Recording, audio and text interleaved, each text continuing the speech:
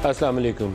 इमरान खान का लॉन्ग मार्च कब पहुँचेगा ये भी बताना एग्जैक्टली मुश्किल है, क्योंकि उनकी जमात से मुख्तलिफ़ किस्म के इशारे आते हैं। कभी फवाद चौधरी का बयान आता है कि हम किसी भी वक्त आएंगे, आप लगे रहें तैयारी में, आपको थका देंगे। कभी असद उमर का बयान आता है कि 11 तारीख को पहुँचेंगे, और फिर इमरान का बयान आता है कि ये ना समझें कि इस्लामाबाद आके ख़त्म हो जाएगा, हम अगले 10 माह भी ये करेंगे। तो अगले 10 माह का मतलब यह है कि अगले 10 माह के बाद जो बाकायदा ऑफिशियल टाइमिंग है इस असम्बली की मुद्दत पूरी होने की, वो उसको भी जहन में रख रहे हैं, और ये बता रहे हैं साथ कि अगर अभी कुछ ना हुआ तो अगले 10 माह भी उसकी तैयारी वो जारी रखेंगे। तो अपनी प्लान बी के ऊपर भी साथ वो काम कर रहे हैं, उसके ऊपर कोई मज़ाइका नहीं है। लेकिन एक उनका बयानिया है पिछले कुछ अरसे से मुसलसल चल रहा है, और वो एंटी इस्टेब्लिशमेंट के हवाले से भी स्पेसिफिकली वो टारगेट करते हैं जनरल बाजवा को, और जनरल बाजवा के साथ अब उन्होंने DGISI को भी निशाने के ऊपर रख लिया। तो आज प्रोग्राम में थोड़ा सा आगे चल के इसके ऊपर बात करेंगे।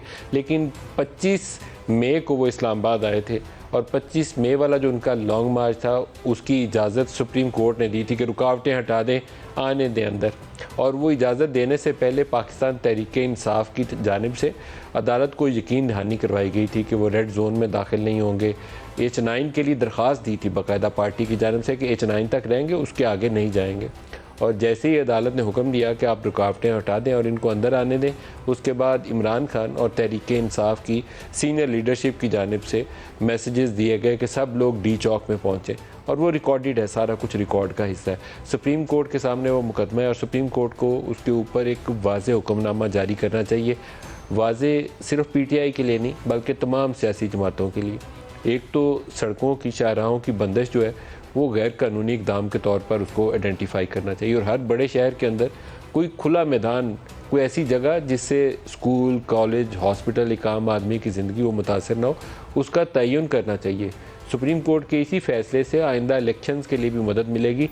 ना वो इजाज़त नून लीग को, ना पीपल्स पार्टी को, ना ही तहरीक इंसाफ को कि आएँ और पूरा शहर के ऊपर कब्ज़ा करके बैठ जाए। इससे ज़्यादा एक अफसोसनाक सूरत हाल नहीं होती कि आपकी एम्बुलेंसेज और स्कूल के बच्चे फंसे बैठे हों और वो तकरीरें चल रही हों, वो बात छोड़ेंगे नहीं। ये तरीक़ाकार मुनासिब नहीं है। तकरीरें करनी चाहिए, सियासी जमातें, रैलीज़, बहुत अच्छा एक पोलिटिकल एक्टिविटी जो है वो हेल्दी पोलिटिकल एक्टिविटी वो जारी रहनी चाहिए, और उसके लिए रुकावट भी नहीं होनी चाहिए। और जो पीसफुल प्रोटेस्ट हैं, जलसा जुलूस है, उसके ऊपर लाठी चार्ज या आंसू गैस भी नहीं बरसाया जाना चाहिए। उनको पूरी इजाज़त होनी चाहिए। ख़ास तौर पर जहाँ औरतें और बच्चे हों वहाँ पूरे तहम्मुल का मुजाहरा होना चाहिए। वो उनसे आप गालियाँ खा लें लेकिन उनके ऊपर हाथ मत उठाएँ, ये तरीक़ाकार रवा रखना चाहिए। लेकिन ये दोनों फ्रीकैन जो हैं उसके ऊपर ज़िम्मेदारी उनको दिखानी चाहिए, पोलिटिकल पार्टीज़ भी और जो हुकूमत वक्त हो उसको भी। सुप्रीम कोर्ट ने जो चीज़ें आज उठाई वो बड़े अहम नुकात हैं। सुप्रीम कोर्ट कह रही है कि 2 वकला के ज़रिए अदालत को गुमराह किया गया, अपना कलम आइन के ख़िलाफ़ इस्तेमाल नहीं होने देंगे। ये सुप्रीम कोर्ट ऑफ पाकिस्तान कह रहा है, क्योंकि सुप्रीम कोर्ट की इजाज़त के बाद ये सारे वाक़यात हुए थे, जिसके बाद बहुत ज़्यादा आंसू गैस भी बरसाई गई और उसमें औरतें और बच्चे भी थे। लेकिन अदालत को यकीन दहानी ये थी कि हम तो रेड जोन में जाएंगे नहीं। जब दरख्तों को आग लगी, पुलिस की गाड़ी को जला दिया गया, ये उस दिन के वाक़यात थे। अदालत कह रही है कि 10,000 बंदे बुलाकर 2 लाख लोगों की ज़िंदगी अजीरन नहीं की जा सकती। ये बड़ा इंपॉर्टेंट ऑब्जर्वेशन है, क्योंकि इस्लामाबाद आते हुए इमरान खान बंदे 10,000 लाते हैं या 10 लाख लाते हैं, ये उनकी ताकत है। लेकिन उसकी ताकत के ऊपर, 10 लाख के ऊपर जो इस्लामाबाद के अंदर ज़िंदा रहने वाले लोग हैं उनकी ज़िंदगियाँ तो नहीं अजीरन बनाई जा सकती। तो ये अदालत को एक हुक्मनामे के ज़रिए ये रास्ता बंद करना चाहिए। 2014 से ये सिलसिला शुरू हुआ और थमने का नाम नहीं लेता। कभी फैज़ाबाद बंद हो जाता है, कभी D चौक बंद हो जाता है, तो कभी पार्लिमान यरगमाल होती है, कभी पूरा शहर यरगमाल होता है। तो इससे आगे निकलना पड़ेगा। पाकिस्तान उसके बगैर। एक और अनहोनी है कि जब 2014 में इमरान खान धरना देकर बैठे हुए थे, उस वक्त चाइनीज़ प्रेसिडेंट का पाकिस्तान का दौरा मुतवक्को था CPEC के लिए, मुलतवी हो गया। उसके बाद CPEC शुरू हो गया, फिर तहरीक इंसाफ की हुकूमत आई, प्रोजेक्ट डिटेल होता रहा। और इस वक्त जब वो दोबारा इस्लामाबाद आ रहे हैं तो आज भी पाकिस्तानी वज़ीर आज़म चाइना का दौरा मुकम्मल करके पाकिस्तान वापस आ रहे हैं, और वेरी सून अगले 2 हफ़्तों के अंदर या 3 हफ़्तों के अंदर किसी वक्त भी जो सऊदी अरब से क्राउन प्रिंस का दौरा, मोहम्मद बिन सलमान का भी दौरा मुतवक्को है पाकिस्तान का, जिसमें क्यास रही है कि शायद ऑयल रिफाइनरी और एक पेट्रोकेमिकल प्लांट जिसकी तहरीक इंसाफ के दौरे हुकूमत में बातचीत हुई, ऐलान भी हुआ, लेकिन फिर सऊदियों से तल्लुकात हमने इतने बिगाड़ लिए कि उन्होंने हमें ना वो इन्वेस्टमेंट पाकिस्तान में की, ना वो प्रोजेक्ट आगे बढ़े। तो हो सकता है उस पर भी, और ऑयल ऑन डिफर्ड पेमेंट उसके ऊपर भी पेशरफ्त हो सकती है। अदालत बहुत तहम्मुल से काम ले रही है। मौजूदा मवाद के तहत इमरान खान को नोटिस होना चाहिए। एक जज पहले भी कह चुके हैं, तो आज ये चीफ जस्टिस ने कहा कि इनको तो नोटिस होना चाहिए। ये रिकॉर्डेड है उनके बयान। 6 बजे अदालत का फैसला आया था, तो इमरान खान ने अदालत से फैसला आने से पहले भी कोई 3 साढ़े 3 बजे, और फैसला आने के बाद 2 बयान हैं उनके, एक 6:30 बजे और एक रात 9 बजे। और तहरीक इंसाफ की जो सीनियर लीडरशिप है, जिसमें कुछ 6-7 लोगों के बाकायदा वीडियो या उनके ट्वीट्स रिकॉर्ड का हिस्सा है, जिसमें वो लोगों को कह रहे हैं कि सब लोग डी चौक पहुँचे। एक जज अपने हुक्म में कह चुके हैं कि इमरान खान के खिलाफ कार्रवाई होनी चाहिए। इमरान खान को फिर भी वजाहत का मौका दे रहे हैं। अदालत को नहीं बताया गया था कि हदायत किससे ली गई। चीफ जस्टिस कह रहे हैं, क्योंकि वकीलों ने कहा कि हमने अपनी सीनियर लीडरशिप से पूछ लिया। अब वो कह रहे हैं सीनियर लीडरशिप से मुराद इमरान खान थी या कोई और था, पता नहीं है। अगर किसी से बात नहीं हुई थी तो अदालत को क्यों नहीं बताया गया, या क्योंकि ये ट्रिक है इसके अंदर, क्योंकि आपने इजाज़त लेके रस्ते खुलवाए और उसके बाद डी चौक की कॉल देना शुरू कर दी, तो अब अदालत तो एम्बेरस होगी, इसके ऊपर तो सवाल उठाएगी। इमरान खान को अदालती हुक्म का कैसे इल्म हुआ, क्योंकि वो अपनी तकरीरों में जिक्र कर रहे हैं कि अदालत का फैसला आ गया। मैं अभी आपको क्लिप भी सुनाता हूँ। अल्लाह क़यादत ने यकीन दहानी कराई थी और अल्लाह क़यादत का आगाज़ इमरान खान से होता है। अदालत को यकीन दहानी करवा कर बहाने नहीं किए जाते। अगर एक बार असद उमर से रब्ता हुआ तो अदालती हुक्म के बाद रब्ता क्यों नहीं हो सका। इसलिए 26 मई के हुक्म में कहा था कि PTI ने अदालत के एतमाद को ठेस पहुँचाई। अदालती हुक्म का गलत इस्तेमाल किया गया। अदालत ने PTI की क़यादत और कारकुनों को तहफ़्फ़ुज़ दिया था। सुप्रीम कोर्ट ने तौहीन अदालत केस में इमरान खान से हफ्ते तक जवाब तलब कर लिया, और जो अब जवाब जमा कराना है वो इमरान खान के दस्तखत से जमा करवाने की हिदायत की गई है। ये लेवल ऑफ ट्रस्ट है इमरान खान का, जिस सुप्रीम कोर्ट के ऊपर उनको बहुत ज़्यादा अपना ट्रस्ट दिखाना चाहिए था और उसको धोखा नहीं देना चाहिए था, वहाँ से ये सवाल उठा। इमरान खान का वो स्टेटमेंट 25 मई का, ये 3 अलग-अलग उनके बयान हैं, लेकिन एक आपको सुनाता हूँ, सुनवाइएगा। ये है कि सुप्रीम कोर्ट ने फैसला कर दिया है कि अब कोई किसी किस्म की रुकावट नहीं होगी, कोई पकड़ धकड़ नहीं होगी। इसलिए मैं सारे पाकिस्तानियों को आज कह रहा हूं कि आज शाम अपने शहरों में भी निकलें और इस्लामाबाद और पिंडी में पूरी तरह कोशिश करें डी चौक पहुंचने की आज शाम को, क्योंकि मैं इंशाल्लाह घंटे 1.5 तक वहां पहुंचूंगा। इंशाल्लाह हमारी कोशिश है वहां पहुंचने की। अब जो मेन आज का हमारा टॉपिक है उसकी तरफ आते हैं।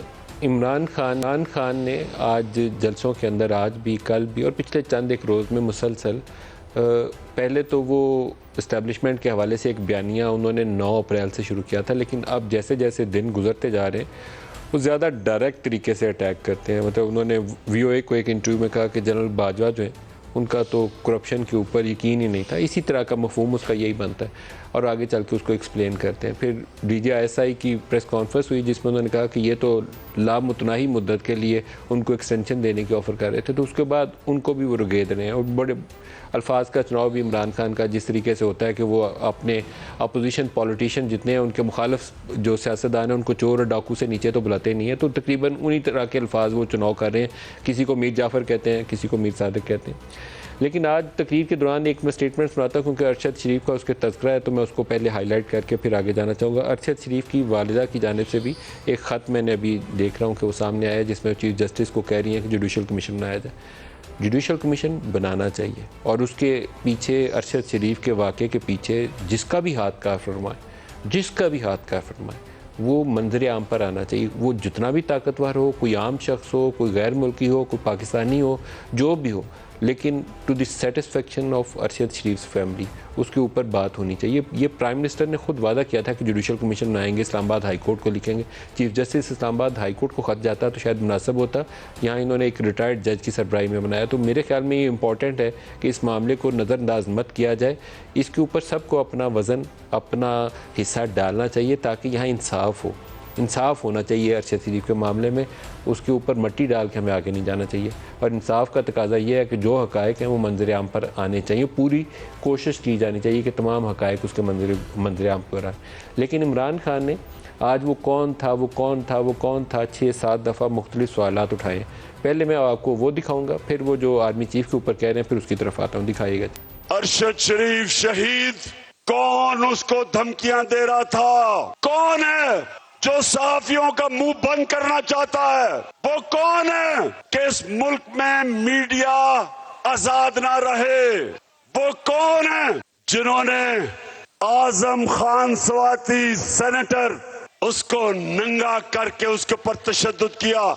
ऑर्डर दे रहा था एफआईए को, वो कौन था?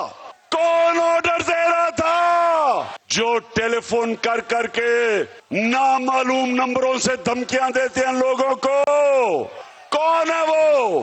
वो कौन है जो कहते हैं कि तहरीक इंसाफ से दूर रहो, नहीं तो हम तुम्हारी ऐसी की तैसी कर देंगे? वो कौन है जो ये चोरों डाकुओं को हमारे ऊपर मुसल्लत किया हुआ है जिन्होंने? वो कौन है?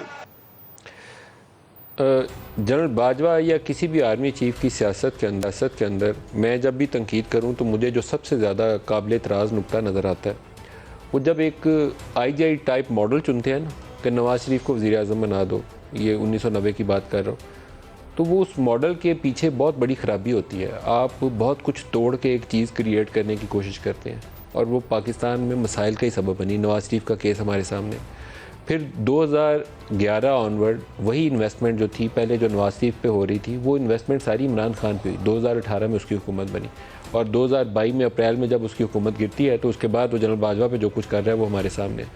तो इस्टेब्लिशमेंट के लिए कुछ लेसन हैं। वो कह तो रहे हैं कि हम गैर सियासी हो गए, लेकिन अमली तौर पर उस गैर सियासी होने का उन्हें मुजाहरा करना चाहिए। अगर वो नवाज़ शरीफ के वाक़े से उन्होंने सीखा होता तो 2018 में दोबारा इमरान खान वाला वो मॉडल दोबारा दोहराते ना।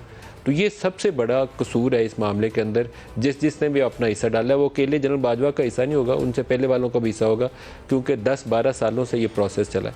और अब उसका अंजाम दुआ करता हूँ मैं रोज़ाना कि अल्लाह पाक पाकिस्तान में किसी खून रेजी पर ना हो, क्योंकि इमरान खान को अगर कुछ मिलेगा नहीं तो वो कुछ और भी कह देंगे। वो इसका ज़्यादा वज़न नहीं होगा, वो किसी और को भी ललकार देंगे, कुछ और भी कह देंगे। जनरल बाजवा करप्शन के हवाले से क्या ख्यालात रखते हैं, इसका पहले मैं आपको स्टेटमेंट एक सुनाऊंगा, फिर मैं कुछ और चीज़ें आपको दिखाता। अपोजिशन की तमाम लीडरशिप इमरान खान ने बाकायदा विच हंटिंग के तहत जितने अपोजिशन के सियासतदान थे उनको जेल में डाला हुआ था। राना सनाउल्लाह जिनके मतलब वो कहते थे इसको मूँछों से पकड़ के जेल में डालूंगा, उसके ऊपर करप्शन का कुछ चार्ज नहीं बनाया तो उसको 15-20 किलो हेरोइन के जिसकी सज़ा मौत होती है उसका वो चार्ज उसके ऊपर डाल दिया। बाद में आप जलसों के अंदर जब तकरीर करते हैं तो वो कहते हैं कि आबद शेर अली का वालिद उसको कहता है कि 22 बंदे इसने मारे। ये नहीं बताते कि 20 किलो हेरोइन पकड़ी थी। भाई वो सबूत था तो उसको सज़ाए मौत उसमें दे देनी थी। वो 3.5-4 साल तो इमरान खान के पास रही है ना। वो पैट वाले वर्कर्स की जो शहादत हुई थी वो वाक़या अब इमरान खान को याद नहीं रहा। 3.5-4 साल जब तक वज़ारत उज़्मा के ऊपर कायम रहे तब तक वो याद ही नहीं आया कि राना सनाउल्लाह उस वक्त वज़ीर दाखिला पंजाब था। अब जलसों में दोबारा तकरीरों करते हुए दोबारा वो चीज़ें कहते हैं। ये इतने उनके सियासी तज़ादात हैं इमरान खान की सियासत के कि तैयबा गुल उस वक्त इनके प्राइम मिनिस्टर हाउस के अंदर एक बैठे हुए शख्स के ज़रिए उसकी रिकॉर्डिंग तैयबा गुल वाली मंजर आम के ऊपर आई थी। तैयबा गुल कौन थी? और तैयबा गुल वाले वाक़े के बाद जिस तेज़ रफ्तारी से शाहिद खाकान हो, मिफ्ता हो, एहसन इकबाल हो, कितने बंदे पकड़ के आपने अंदर डाले। तो ये पाकिस्तान ऐसे आगे नहीं चल सकता। ये पाकिस्तान का वो सूरत हाल थी जो आपने क्रिएट कर दी, जिससे नाइंसाफ़ हो सका और जिसके ऊपर सबूत था। मेरा अपना ज़ाती राय में आसिफ जरदारी के ऊपर सबूत था, लेकिन जब वो तहरीक चला रहे थे आर या पार वाली, तो नून लीग और पीपल्स पार्टी को आपस से तोड़ने के लिए उस वक्त NRO इमरान खान के दौरे हुकूमत में आसिफ जरदारी को मिला और वो जेल से रिहा हो गए। फिर शहबाज शरीफ के ऊपर टैक्स सवेयन का मेरे ख्याल में तगड़ा केस है, वो अब आपकी ताकत से ऊपर हो गया, क्योंकि आपने इतनी लड़ाई डाल ली है कि उसको सज़ा उसको या उसके साहबजादे को हो सकती थी, लेकिन नहीं हो सकी, क्योंकि उस निज़ाम इंसाफ के ऊपर यकीन नहीं था आपका। आप अपनी ताकत इस्तेमाल कर रहे थे। तो ये कलमिया है जिसका हल कोई नहीं है। जनरल बाजवा के ऊपर मैं कुछ और भी चीज़ें आपको दिखाता हूँ अपने मेहमानों की तरफ जाने से पहले, कि जनरल बाजवा की ये तारीफ़ें करते ही नहीं थे थकते, क्योंकि उस वक्त वही जनरल बाजवा इनको सूट करते थे। आर्मी चीफ का एक रोल है, उसी रोल के अंदर ही वो रहें तो अच्छा लगता है। उससे ज़्यादा एक इन्होंने नेशनल डेवलपमेंट कमेटी बना दी थी पाकिस्तान तहरीक इंसाफ ने। मैंने सवाल उठाया कि उसके अंदर आर्मी चीफ का नेशनल डेवलपमेंट कमेटी के अंदर रोल, इन्होंने कहा हाँ जी सेम पेज है। तो वो ये चीज़ें दुरुस्त नहीं है। लॉन्ग रन में ये अदारे के लिए भी नुकसान का बायस हुई, पाकिस्तान का निज़ाम भी डिरेल हो गया, टूट गया। बाजवा साहब की तारीफ़ें करते जो थकते नहीं थे, वो अल्फाज का चुनाव सुनिए खुद इमरान खान की ज़बान। ये बाजवा एक सुलझे हुए आदमी है, एक वो उसके अंदर ठहराव है, इसलिए वो बर्दाश्त कर रहे हैं। कोई और फौज में होता बड़ा रिएक्शन आना था। मुझे कोई पाकिस्तानी फौज से क्यों प्रॉब्लम नहीं है, कौन सा मेरा मंशूर है जिसके पीछे हमारी फौज ने मदद नहीं की? एक इदारा रह जाता है, उनको पता है कि पाकिस्तान ISI को सारी इनकी चोरी का पता है, अब उसको कंट्रोल करने की कोशिश होती है और उधर लड़ाई होती है। इसलिए तो नवाज शरीफ की हर आर्मी चीफ से लड़ाई हो जाती है। आर्मी चीफ के ऊपर मैं एक चीज कहूंगा कि खुशखबरी ये है कि वो पाकिस्तान की जमहूरियत के साथ खड़े हैं। मेरे ख्याल में जो जनरल बाजवा है ये सबसे ज्यादा न्यूट्रल और प्रो डेमोक्रेटिक जनरल है मेरे ख्याल में। उसने कौन सी ऐसी चीज की है मुझे बताएं? सिर्फ नवाज शरीफ की मदद नहीं की तो खिलाफ हो गया। जो जनरल बाजवा ने जिस तरह इस हुकूमत की मुश्किल वक्त पे मदद की, हमारे साथ अभी कराची में मदद की जब बारिशें आ रही थी, जो हमारे साथ कोरोना के अंदर पूरी तरह मदद की। 2 साल पाकिस्तान की फौज ने असल में अपने डिफेंस एक्सपेंडिचर पे काट लिया। हर जगह सारी मेरी फॉरेन पॉलिसी, पाकिस्तान की फौज और जनरल बाजवा हमारे साथ खड़े रहे हैं। जो मेहमान हैं आज हमारे साथ निहाल हाशमी साहब हैं, पाकिस्तान मुस्लिम लीग नवाज से साहिबजादा हामिद रजा साहब हैं, चेयरमैन सुन्नी इत्तेहाद कौंसिल, और ब्रिगेडियर हारिस नवाज साहब हैं, डिफेंस एनालिस्ट। सबको खुश आमदीद कहता हूँ। साहिबजादा हामिद रजा साहब, आपसे आगाज़ करूँगा। एहतजाज जारी रहना चाहिए, वो हक हासिल है, लेकिन एहतजाज में इदारों का टकराव ना हो जाए, शहर की ज़िंदगी जो है वो पामाल ना हो जाए, उसका भी ख्याल रखना चाहिए। क्या करेंगे? बिस्मिल्लाहिर्रहमानिर्रहीम। नदीम भाई बहुत शुक्रिया। देखिए, मैं तो इस चीज़ का कायल हूँ कि एहतजाज हमेशा with in the given parameters of the constitution होना चाहिए और उसी के अकॉर्डिंगली ही हो रहा है।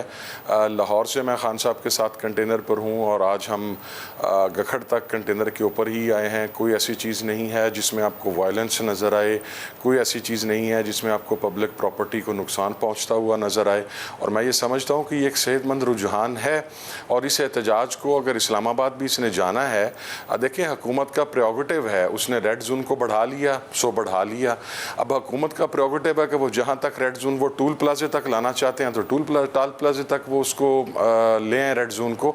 लेकिन जहाँ तक हम आइनी और कानूनी हदूद के अंदर रह के एहतजाज कर सकते हैं या जहाँ तक आ सकते हैं वहाँ तक इंशाल्लाह ज़रूर आएंगे। और खान साहब उस दिन से मुसलसल, मैं चूँकि काफ़ी टाइम उनके साथ कंटेनर पर रहा हूँ, is very clear on it. और आज आपने जो इंट्रो में भी आगे बताया कि 10 माह बाद खान साहब ने बात की है कि अगर यहाँ पर कोई रिजल्ट नहीं आता तो हमारा एहतजाज जारी रहेगा, तो ये इन इटसेल्फ इस चीज़ को प्रूव करता है कि हम किसी किस्म का वायलेंस या हम ब्लड शेड नहीं चाहते। वगरना ये बात ना की जाती कि ये तहरीक अगले 10 माह तक भी जारी रह सकती है या अगले 8 माह तक जारी रह सकती है। इसका मकसद यही है कि हम एक पब्लिक प्रेशर माउंट करके आवाम की एक बड़ी तादाद को इस्लामाबाद लेकर आ रहे हैं। वहाँ तक आवाम पहुँचेगी, उनकी आवाज़ को सुना जाएगा तो वेल एंड गुड। अगर नहीं सुना जाता तो हम साहब, लेकिन आई होप कि आप जैसे जो एक बैलेंस जो सोच है, ये सोच जो है ओवरऑल प्रिवेल करे, ये मेरी दुआ है। क्योंकि इमरान खान के अपने बाज़ बयानात हैं जिसमें वो कहते हैं कि आने वाले दिन बताएंगे कि ये पीसफुल रहता है या ईरान टाइप कोई इंकलाब आता है। फिर एक ट्वीट के अंदर उन्होंने तहरीर किया है कि ये पीसफुल रहेगा या ब्लड शेड होगा। ये ब्लड शेड का लफ्ज़ उन्होंने अपनी ट्वीट के अंदर इस्तेमाल किया। तो अल्फाज का चुनाव जो है वो खतरे की घंटी बजाता है। अगर आप मुझे इजाज़त दें, मैं उसकी सिर्फ एक इस हवाले से वजाहत कर दूं कि एक एहतजाज आ रहा है, एहतजाजी मुजाहिरीन या वहाँ जो PTI की लीडरशिप है या जो उनके अलाइज़ हैं वो ये कह रहे हैं कि हम पीसफुल रहना चाहते हैं। But on the other hand side आप पाकिस्तान के वज़ीर दाखिला का गुफ्तगू का मयार चेक करें, आप इनकी गुफ्तगू देखें। वो आज से 2 माह पहले से वो पंजाबी में कहते हैं कि तड़ियाँ लगाने के ऊपर बैठे हुए हैं। वो रोज़ कहते हैं जूते मारेंगे, डंडे मारेंगे। आई मीन आप उसके रिएक्शन के अंदर आप क्या एक्सपेक्ट करेंगे कि हम उनको 1 मरतबा प्यार से जवाब देते हैं, 2 मरतबा प्यार से जवाब देते हैं, आगे से जवाब ये आता है आ लेने दें, लितर मारेंगे, डांगे मारेंगे। तो लितर खाने तो फिर कोई नहीं ना आता, उसका रिएक्शन आता है। अगर उनका बिहेवियर रीजनेबल हो जाए और वो इन रीजनेबल वे, यहाँ से देखें एक साइड पे रीजनेबल बात की जाती है तो आगे से बात की जाती है डंडे मारेंगे, इनके लिए रबड़ बुलेट्स मंगवा ली हैं, इनके निहाल हाशमी साहब से इसका जवाब देते हैं, इनको ये कर दिया। निहाल साहब से पूछिए। निहाल साहब, अगर ये पीसफुल प्रोटेस्ट रहता है और मुकर्रर जगह के ऊपर रहता है तो फिर हुकूमत की जानिब से यूज़ ऑफ फोर्स नहीं होना चाहिए। वो जो अपने लोग हैं उनका हक है, वो इमरान को सपोर्ट करें या किसी जमात को सपोर्ट करें, उनको एहतजाज का मौका मिलना चाहिए। बिस्मिल्लाहिर्रहमानिर्रहीम। नदीम साहब, आपने ठीक बात किया है। हमारा कॉन्स्टिट्यूशन भी इस बात को इंडोर्स करता है, प्रोटेक्ट करता है। मगर जब रियासत की ज़िम्मेदारी हुकूमत पे होती है तो कोई दुनिया में आला ईजाद नहीं हुआ किसी आदमी की नीयत को समझने के लिए, उसके पास्ट को देखा जाता है। इमरान खान साहब का जो ट्रैक रिकॉर्ड है वो कोई ताबनाक नहीं है, बहुत भयानक है। 2014 में जिस तरह से उन्होंने इस्लामाबाद पे चढ़ाई की, उन्होंने एश्योरेंस दिया था उस वक्त के वज़ीर दाखिला को कि आप 0 पॉइंट्स आगे नहीं आएंगे, फिर आगे बढ़ते गए डी चौक आ गए। फिर उन्होंने कहा कि बस एम्पायर की उंगली उठने वाली है। उन्होंने कहा अच्छा जो वज़ीर आज़म साहब आज हैं और वो थे, और जो अपने प्रेसिडेंट साहब हैं डॉक्टर आरिफ अलवी के टेलीफोन कन्वर्सेशन आप सबको मालूम है कि मुबारक हो, हमारे लोग टेलीविज़न स्टेशन पे गए और कब्ज़ा कर लिया है। फिर वो पीएम हाउस पे गए कब्ज़ा करने के लिए, फिर वो पार्लियामेंट पे गए कब्ज़ा करने के लिए, फिर वो गए वहाँ पे सुप्रीम कोर्ट गए कब्ज़ा करने के लिए। और जिस तरह से एसएसपी जनोजो साहब को इन्होंने उनके ऊपर तशद्दुद किया, और जिस तरह से इमरान खान थाने गए अपने कारकुनों को छुड़ाने के लिए, जिस तरह से उन्होंने कहा कि मैं अपने आईजी को अपने हाथ से सज़ा दूंगा, जिस तरह से उन्होंने कहा अगर पुलिस वाले आए तो उनको फेटियाँ लगाओ। ये तो 2014 के वाक़यात आप बता रहे हैं ना, अब क्या होगा? 2014 अब बता दें मुझे। उस वक्त इस्टेब्लिशमेंट पूरा उस प्रोसेस को सपोर्ट कर रही थी, वो एक मुख्तलिफ सूरत हाल थी। नहीं, अब ये होगा कि इमरान खान साहब ने कहा कि मैंने अपने 7 लोगों के पास असला देखा। गंडापुर साहब कहते हैं, अमीन गंडापुर साहब, कि हम अपने दिफा में चलाएंगे गोली। कामरान बंगश साहब कहते हैं कि हम तो मुसल्ला होके आएंगे। तो जनाब सियासी एहतजाज कर रहे हैं या आप तैमूर लंग के तरह के तरीक़ेकार को अडॉप्ट कर रहे हैं कि जो मुसल्ला जत्था लेके आएंगे, दिल्ली पे कब्जा करेंगे और अपनी सल्तनत कायम करेंगे और शहर में लूट मार करेंगे और चीज़ों को आग लगा देंगे, जो इन्होंने किया। इन्होंने रेड जोन में घुसने के बाद इंसान तो छोड़े, उन्होंने तो मारा पीटा, बदतरबन गाड़ी को आग लगाई, बेज़बान पौधों को आग लगा दिया। और उनकी उस वक्त आप देखें इनके क्या, तो मैंने आप दुनिया में जो लोग सबको प्यार करते हैं, पत्ते और जो चीज़ें, वो क्या इनको तंग कर रही थी। मेट्रो बस के स्टेशन को इन्होंने तोड़ फोड़ किया, इन्होंने तशद्दुद, जो लोग तो घरों में छुप गए। ब्रेक करीब आ गई है, ब्रेक ले लें। ब्रेक से वापसी पे आपसे इसका जवाब चाहूँगा। एक सूरत हाल है जिससे निपटना है और अच्छे तरीके से, खुश उसलूबी से, पढ़े लिखे सुलझे हुए लोगों की तरह, मार पीट के बगैर, तो वो क्या रास्ता होगा? ब्रेक ले लें, हमारे साथ रहिएगा।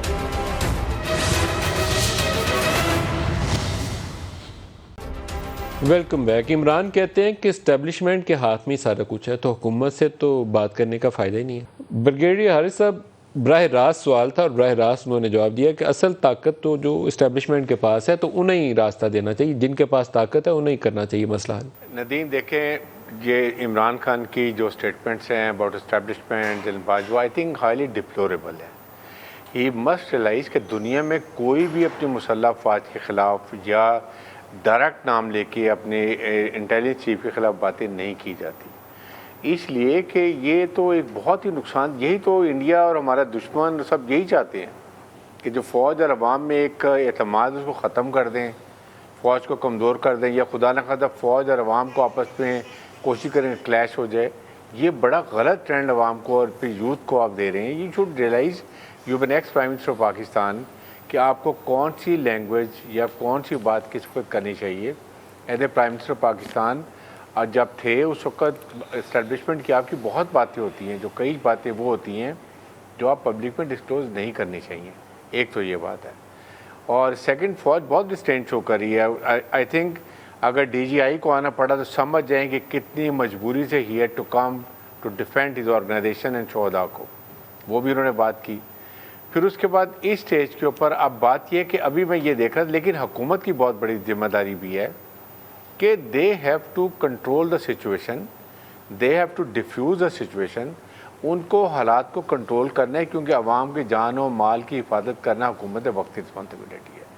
लेकिन अभी मैं जो स्टेटमेंट पढ़ा था राना सुनाउल्लाह की, ये ऐसी स्टेटमेंट उनको भी नहीं देनी चाहिए कि मैं मस्त जेल में मिर्चेवल अवार्डमेंट कर दूंगा, मैं ये कर दूंगा। आप कहें हमने पूरा अरेंजमेंट किया हुआ है, we have taken all measures, और हम कानून के मुताबिक कार्रवाई करेंगे अगर कोई गैर कानूनी बात होगी। That is the more decent way to talk, and आप इश्तियाल नहीं दिलाना चाहिए। प्रोवोकेशन स्टेटमेंट बिल्कुल सही है, लेकिन ब्रिगेडियर साहब आपने मेरे सवाल का जवाब नहीं दिया। वो कहते हैं कि एस्टेब्लिशमेंट ये है जिसके पास इख्तियार है, तो जिनके पास पावर है उन्हें फैसला करना चाहिए। ये इमरान खान का बराह रास्त मुतालबा है बाकायदा एस्टेब्लिशमेंट से कि वही फैसला करवाएं। अब इसके ऊपर मैं आ रहा हूँ। देखें ये अब मैं इसके ऊपर आ रहा था। बात ये है कि आपकी एक मुल्क में जमहूरियत है, आप सियासी लड़ाई शरारती तरीके से करें। अगर आपको एक दफ़ा इस्टेब्लिशमेंट ने कह दिया कि we are apolitical, we will not interfere. आप जो कुछ अभी कह रहे हैं, अगर पुराना ज़माना होता तो क्या से क्या हो गया होता, but they showing the stand because they say we don't want to indulge in politics. So ये तो बहुत अच्छी बात है कि हमारे पॉलिटिशियन इतने मैच्योर हों कि वो अपने मसाइल हल करें, कहीं ना कहीं कोई बातचीत भी करें। और वो मेरे ख्याल में इतना डिले कर रहे हैं, 15 दिन ले रहे हैं इस्लामाबाद पहुँचने में, दे द पर्पज़ कि वो चाह रहे हैं कहीं दरमियान में कोई इंटरवीन करे, इवन हुकूमत कॉल दे दे नेगोशिएशन की, बैठ के कोई मसला हल करें और एक स्पेस थोड़ी सी मिले एक दूसरे को। अदरवाइज़ वो भी बंद गली में जा रहे हैं। हालात क्या होते हैं, ये पाकिस्तान के लिए क्या इस वक्त इतनी बड़ी स्टेबिलिटी पोलिटिकल। साहिबजादा साहब से इसका जवाब लेते हैं। साहिबजादा साहब, ये ताखीर का इंतजार है कि कोई इस्टेब्लिशमेंट से जवाब आ जाए, पैगाम आ जाए? सर नदीम भाई, अगर आप इस जवाब से 30 सेकंड पहले मुझे दे दें। मसला यही है कि हम प्रॉब्लम को सेटल करने की तरफ जाते हैं। तो जो हॉक्स हैं PMLN के, अभी मेरे भाई निहाल हाशमी साहब ने कह दिया कि बड़ा भयानक माजी है और उन्होंने गिनवा दिया, वहाँ पर हमला किया, वहाँ पर हमला किया। मेरा ख्याल है निहाल हाशमी साहब भूल गए हैं कि मोहतरमा बेनज़ीर भुट्टो की जो तस्वीर थी वो हेलीकॉप्टर से नवाज शरीफ ने फेंकी थी। सुप्रीम कोर्ट के जजेस के ऊपर, ऑनरेबल जजेस पर हमला मियाँ नवाज शरीफ ने करवाया था और मुस्लिम लीग ने करवाया था। तो let's not get stuck into the past, हमें फ्यूचर की बात करनी चाहिए। जितना नवाज शरीफ साहब का भयानक माजी है उतना भी किसी का माजी नहीं है। मैं गिनवाने चलूं तो एक बड़ी लंबी लिस्ट है, लेकिन अगर आप इस सवाल के ऊपर आते देखें, अभी ब्रिगेडियर साहब ने मैंने पहले भी यही बात की थी कि जब अपने पॉलिटिकल पार्टीज ने सिचुएशन को डिफ्यूज करना होता है और एक सर्टन लेवल पे जाके उसके बाद जब दोनों साइड से पार्टियां सामने आ जाती हैं, कन्फ्रंट आ जाती हैं, तो आप अपनी मैच्योर टीमों को आगे लेके आते हैं। आप वो जुगतबाजों को आप या ऐसे लोगों को सामने नहीं लेके आते जिन्होंने आके सिचुएशन को डिफ्यूज करने की बजाय सिचुएशन को क्या तहरीक इंसाफ ने कोई अपनी टीम आगे भेजी है? टीम आपकी कोई आपने नामजद की है बातचीत के लिए? सर मैं उसका जवाब देने से पहले ये मैं जवाब दे दूं कि जो जिस स्पीड से हम बढ़ रहे हैं उसकी वजह यह नदीम भाई कि जिस भी शहर में हम आते हैं, अवाम की एक बहुत बड़ी तादाद जो लाखों में है, वो जब साथ चलना शुरू करती है तो आपको पता है कंटेनर के और फिर हैवी व्हीकल्स हैं उसके अंदर खुदा ना खास्ता किसी मिसहैप से, जिस तरह हमारी वो एक रिपोर्टर थी हमारी बहन सदफ नईम साहबा, वो शहीद हो गई, अल्लाह ताला उनके दर्जात बुलंद फरमाए। इस किस्म की चीज़ों को रोकने के लिए, और जब आपके साथ 50-50 हज़ार का पब्लिक मॉब चल रहा है तो आप स्पीडीली नहीं चल सकते। एक ये वजह है इसके डिले होने की। दूसरी वजह यह मैं ये समझता हूँ, देखिए मेरी ये बात किसी को पसंद आए या ना आए, हम हमेशा चीज़ों को छुपाते हैं, हम हमेशा चीज़ें बयान करने से डरते हैं। मेरा नुक्ता नज़र ये है कि बहुत इब्तदा से लेके पाकिस्तान के अंदर आज तक एस्टेब्लिशमेंट का एक किरदार था, किरदार है और किरदार रहेगा। Let's be honest and let's be realistic. We have to face this thing rather than कि मैं एस्टेब्लिशमेंट के एंटी जाऊं या निहाल हाशमी साहब इस मरतबा एस्टेब्लिशमेंट को डिफेंड करें या नेक्स्ट टाइम मैं डिफेंड करूं, ये खिलाफ जाएं। लेट्स बी ऑनेस्ट, एस्टेब्लिशमेंट का किरदार रहा है। नवाज शरीफ साहब जब इफ्तिखार चौधरी साहब को बहाल करवाने के लिए आए थे तो किसने रोल प्ले किया था? उस वक्त के चीफ जस्टिस कियानी साहब ने रोल प्ले किया था। जब भी पॉलिटिकल पार्टीज आपस में कन्फ्लिक्ट में जाती हैं, और ये भी एक डायलेमा है कि हमारी एस्टेब्लिशमेंट देखें, क्या पीटीआई इस वक्त राब्ते में है एस्टेब्लिशमेंट से? सर शॉर्ट आंसर सर, क्या इस वक्त पाकिस्तान तहरीक इंसाफ राब्ते में है एस्टेब्लिशमेंट से?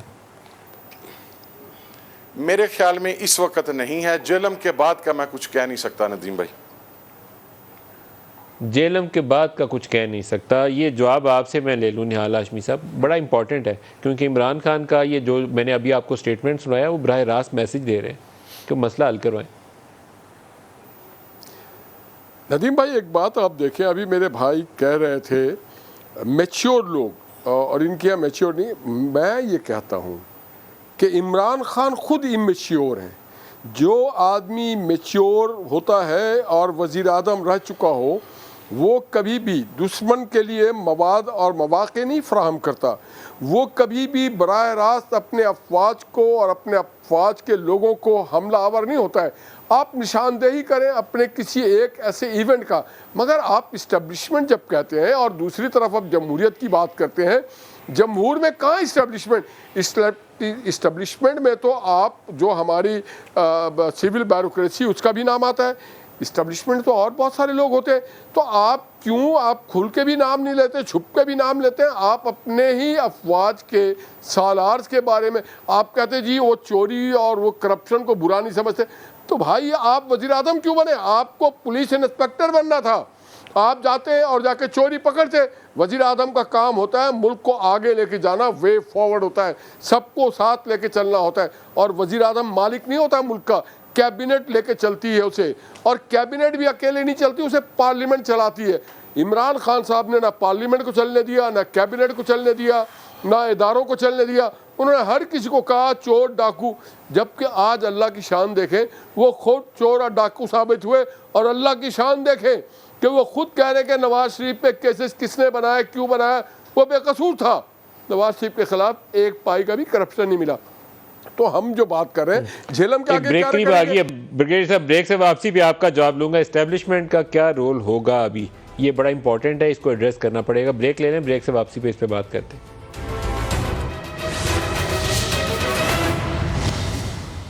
Welcome back. 25 मई को जब हालात बहुत ख़राब थे तो एक सहूलत दी गई थी, हेलीकॉप्टर के ज़रिए शाह महमूद कुरैशी, परवेज़ खटक और असद उमर को केपी के किसी इलाके से नौशहरा या चारसदा के करीब से कहीं से लाया गया था और इस्लामाबाद में पीडीएम की टीम के साथ शायद स्पीकर के घर में बिठाया गया था और मोर और लेस जो सुप्रीम कोर्ट में इन्होंने इंश्योरेंस दी उसी किस्म की उसमें डिस्कशन की थी कि हमें अंदर आने दें, एहतजाज करने दें, वापस चले जाएंगे। लेकिन डी चौक में बाद में आने की कॉल्स दी जो असूल की खिलाफ वर्जी हो गई थी। ब्रिगेडियर साहब, इस्टेब्लिशमेंट, मैंने के वाक़े का ख़ास तौर पर तज़किरा इसलिए किया है कि अभी भी मोर और लेस वैसी सूरत हाल है, दोबारा सहूलत चाहिए, इसमें क्या रोल होगा? देखें नदीम, इस वक्त सिचुएशन ज़्यादा ख़राब है इसलिए कि उस वक्त पंजाब गवर्नमेंट जो थी वो हुकूमत के साथ थी। इस वक्त जो है पंजाब गवर्नमेंट वो पीडीएम के इनके साथ है, पीटीआई के, और लोगों को कम से कम पिंडी आने तक फैसिलिटेशन रहेगी, उनको कोई हिंड्रेंस नहीं होगी। नंबर 2 बात है कि मैं फील करता हूँ कि गवर्नमेंट को वो स्टेशन पे नहीं आना चाहिए जहाँ पर वो विकेट के ऊपर आके निगोशिएट करें। गवर्नमेंट की कोशिश होनी चाहिए कि आप स्ट्रांग होकर उस वक्त बात करें। That's is now the time. जब अगर आप जेलम से क्रॉस करके जाते हैं और वहाँ ज़्यादा लोग एक्सपेक्ट करते हैं कि आप केपी से आ रहे हैं, कश्मीर से आ रहे हैं, गिलगित बल्तिस्तान पंजाब से आ रहे हैं, स्ट्रेंथ ज़्यादा बनती है, then you will be weak. एक तो ये स्टेज है। फ़ौज के बारे में मैं एक बात बड़ी क्लियर बता दूँ, फ़ौज अभी इंटरव्यू बिल्कुल नहीं करेगी, लेकिन there is a red line कि अगर खुदा न खास्ता there is a big confrontation, खून खराबा, our establishment must have already worked out their contingencies. Contingency 1 में क्या होगा, 2 में क्या होगा, 3 में क्या होगा, कैसे सिचुएशन कंट्रोल करनी है। और else government might create a situation कि जब वो कहेंगे आप 245 लगा रहे हैं, आप take over law and order करें और सिचुएशन कंट्रोल करें। तो ये स्टेज से पहले मैं कहता हूँ हमारे पॉलिटिशियन इतनी इनकी गवर्नेंस अच्छी होनी चाहिए। टेक ओवर का जो लफ्ज इस्तेमाल किया है ना, ये बड़ा खतरनाक लफ्ज है पाकिस्तानी सियासत में। सर एक ज़्यादा साहब से इसका जवाब पूछता हूँ। मार्शल्लाह का तज़किरा कल इमरान ने किया था, बड़े उसके ऊपर टेक ओवर नहीं, take over no take over, no martial law, लेकिन it is not take over. हाँ, ठीक, it is not take over. मैं बात कर रहा हूँ कि 245 को सिचुएशन रीस्टोर करने के, लॉ एंड ऑर्डर के लिए। साहबजादा साहब से पूछते हैं, साहबजादा साहब, वहाँ तक नहीं जाना चाहिए जहाँ इमरान ने कल माशाल्लाह का हवाला दे दिया, या कोई ऐसी सूरत हाल तो बिल्कुल ही नहीं होनी चाहिए ना कि मामला यहाँ से निकल जाए?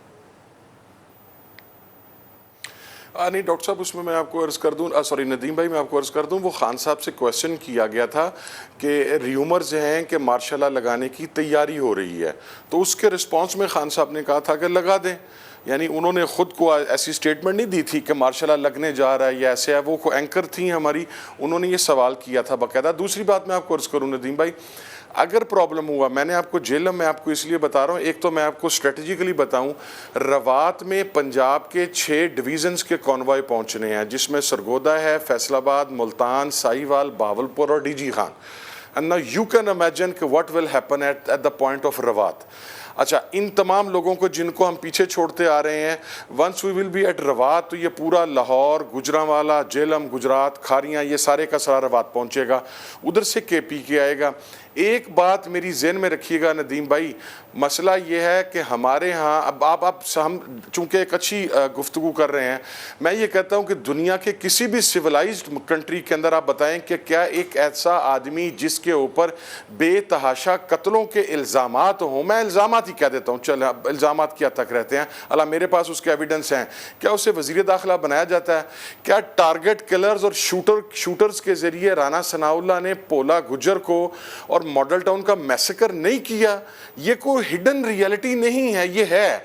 और अभी भी राना सनाउल्लाह, मैं मार्क माय वर्ड्स नदीम भाई, कि ये अगर कोई किसी किस्म का ऐसा प्रॉब्लम आया तो वो राना सनाउल्लाह की तरफ से आएगा। ये कोई इस किस्म की हरकत करवाएगा कि लोग रिटेलिएट करेंगे, और जब लाखों में आप 5, 7, 10 लाख बंदा वहां पर हो, आप वहां पर गोली मरवा दें, आप वहां पर कोई ऐसा काम करवाएं, उसका रिएक्शन फिर लीडरशिप के कंट्रोल में नहीं रहता। ना करे ऐसा, प्रोटेस्ट कर रहा होगा, एहतजाज कर रहा होगा, वो हमारे लोग हैं, पाकिस्तानी लोग हैं, तो वहाँ अल्लाह ना करे ऐसा कुछ भी हो। साहिबजादा हामिद रज़ा साहब, निहाल हाशमी साहब और ब्रिगेडियर हारिस नवाज साहब, आप सबको बहुत शुक्रिया। आज के लिए इतना ही इजाज़त दीजिए। अल्लाह हाफ़िज़।